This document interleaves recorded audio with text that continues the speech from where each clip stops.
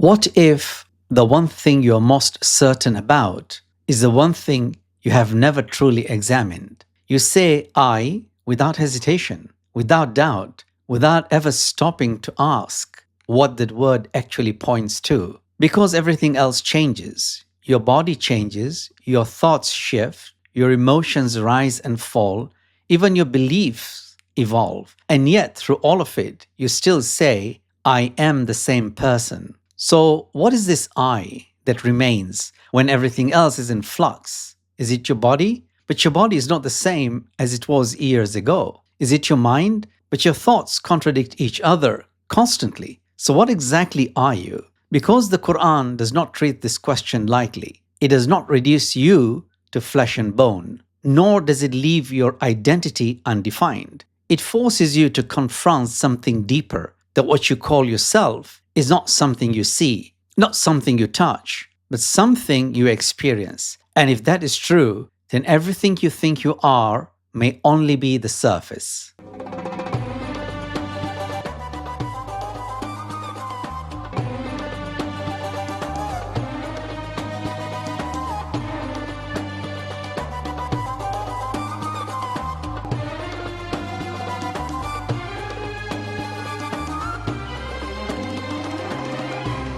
Assalamu alaikum, and welcome back to Reflection, where we explore the wisdom of the Qur'an through a deeper reading of its verses. In the last episode, we spoke about God, a reality that is absolute, not composed of parts, not dependent, not something that can be divided or reduced. But if that is true, then it forces a question, because everything we said about God now turns towards you. What are you in relation to that reality? Are you just matter, a physical structure that appears and disappears? Or is there something about you that reflects a different kind of existence? In this episode, we will explore what the Qur'an reveals about the reality of the self, why your identity cannot be reduced to the body, how consciousness points to something beyond the physical, and what this means for how you understand your existence. So let's begin with something you already experience, not as a theory, but as something you live with every day. Because every time you speak,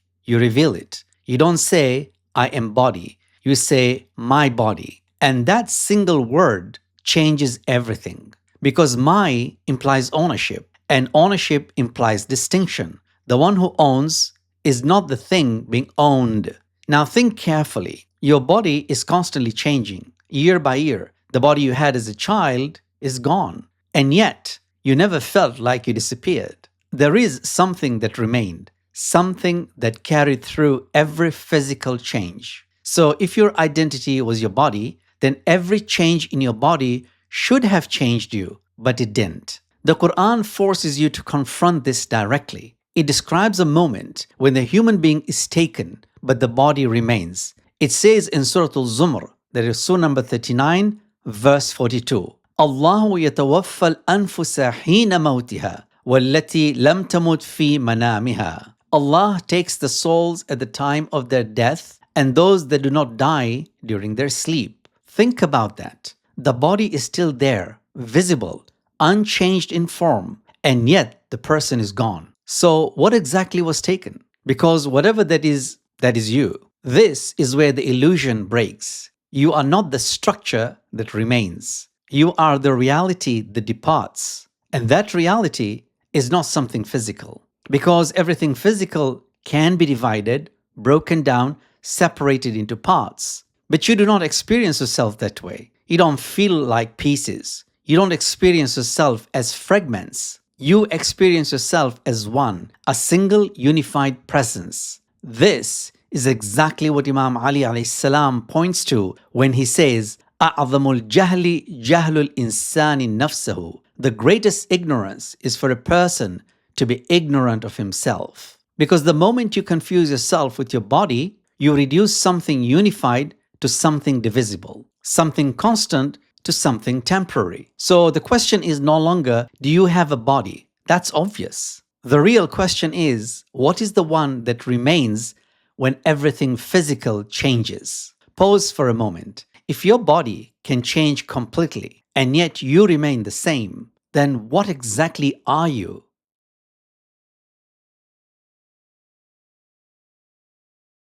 If you are not your body, then the question becomes more difficult because now you are dealing with something you cannot see, something you cannot point to, something that has no shape, no size, no physical location. And yet, it is the most certain thing you know. Think about this carefully. Everything around you, you know through your senses. You see it, you hear it, you touch it, and because of that, you assume it is real. But your own self, you don't see it, you don't touch it, and yet you are more certain of yourself than anything you perceive. Because even if you doubt everything else, you cannot doubt that you are the one doubting. Even if everything around you is uncertain, the one experiencing that uncertainty is not. This is something direct, immediate, undeniable. The Quran draws your attention to this, not by describing the self as something visible, but by pointing you inwards.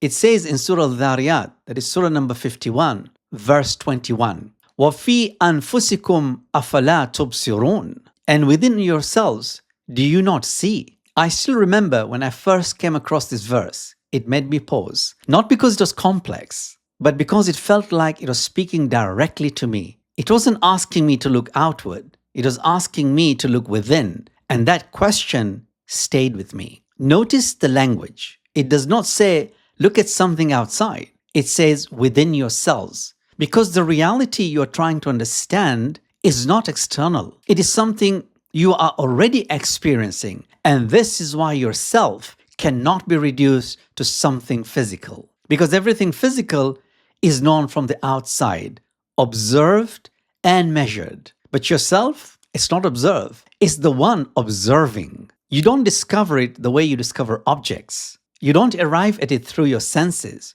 You are already there. This is exactly what Imam Ali points toward when he says, "Man arafa nafsahu, faqad arafa rabbahu." Whoever knows himself has known his Lord. Because the path to understanding reality does not begin outside. It begins with the one who is aware, the one who says, I. So now the question changes again. You are not your body, and yourself is not something you perceive. So what is it? Consider this. If the only thing you're absolutely certain of is the one who is aware, then shouldn't that be the first thing you try to understand?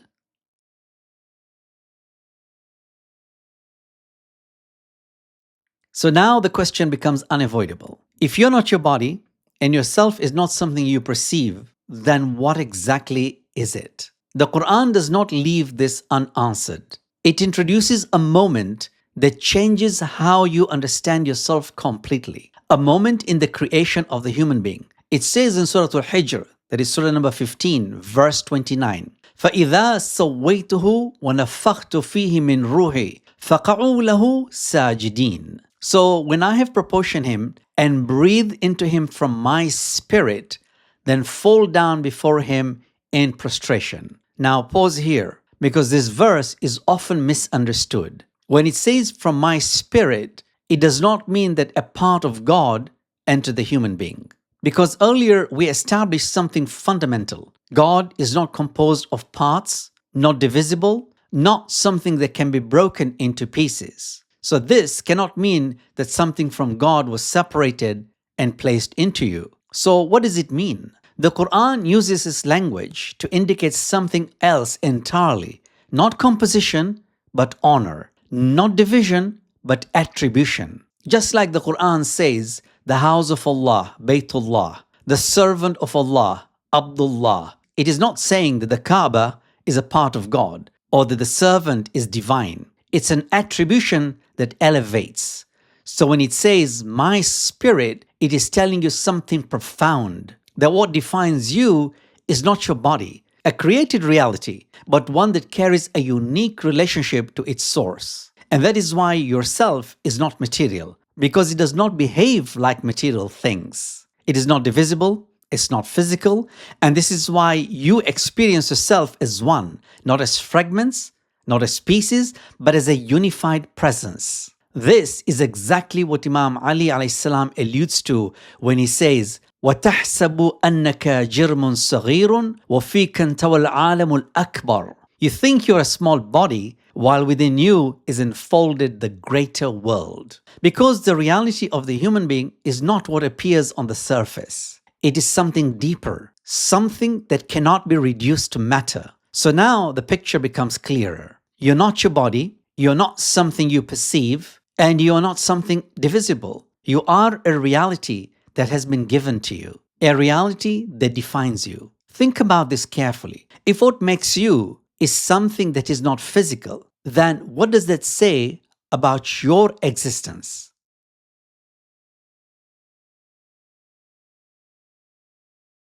If what you are is not your body and not something material, then your existence is not temporary in the way you think. Because everything physical ends, it breaks down, it ages, it disappears. But what you are does not follow that pattern. This is exactly what the Qur'an points to. It does not describe you as something that simply vanishes. It describes you as something that returns. It says in Surah Al-Fajr, that is Surah number 89, verse 27 to 30, يَا أَيَّتُهَا النَّفْسُ الْمُطْمَئِنَّةِ ارْجِعِي إِلَىٰ رَبِّكِ رَاضِيَةً مَرْضِيَّةً فَادْخُلِي فِي عِبَادِي وَادْخُلِي جَنَّتِي. O tranquil soul, return to your Lord, pleased and pleasing. Enter among my servants and enter my garden. Notice what is being addressed.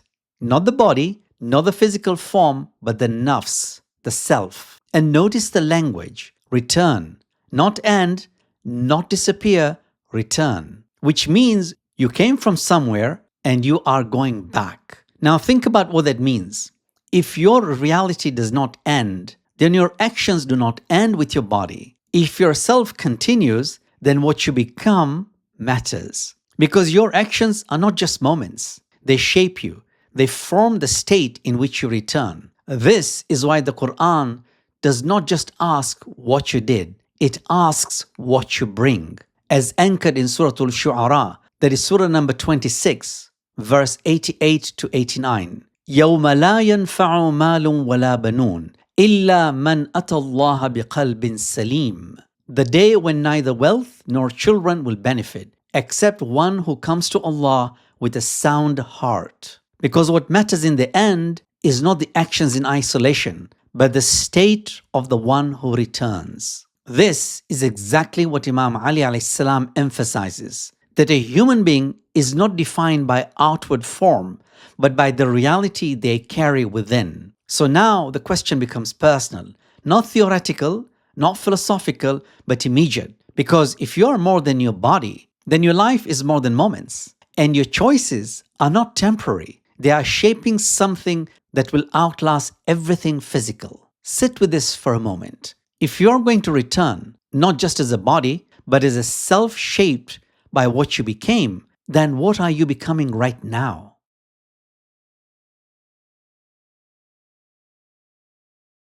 If all of this is true, then something doesn't add up. Because you know, at least at some level, that you are more than your body. You know your choices matter. You know your actions shape you. And yet, you still act against yourself. You know what harms you, and you still do it. You know what elevates you, and you delay it. So the question is no longer, what are you? The question is, why do you act against what you already know? The Quran does not ignore this tension.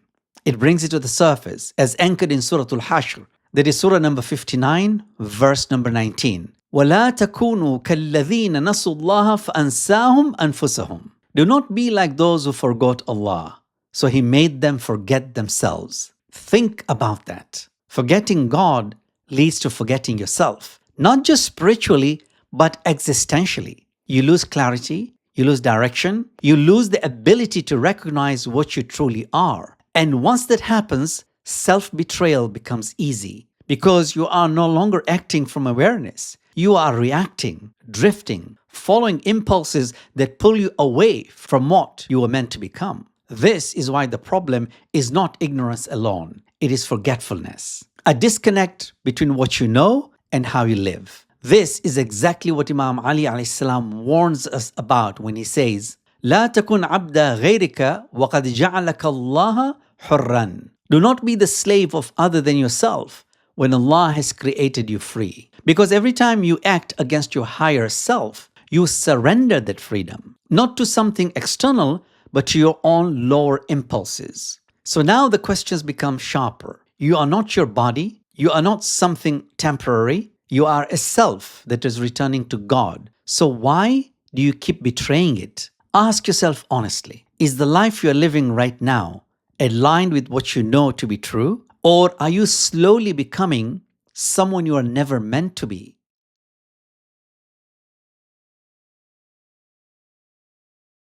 At this point, the question is no longer abstract because everything we've said has already pointed back to you. You're not your body, you're something that remains, a self that experiences, that chooses, that becomes, and that means your life is not just passing time, it is forming you. Every choice, every habit, every moment of awareness or neglect is shaping the one who will return. So the question is no longer, what are you? The real question is, what are you becoming?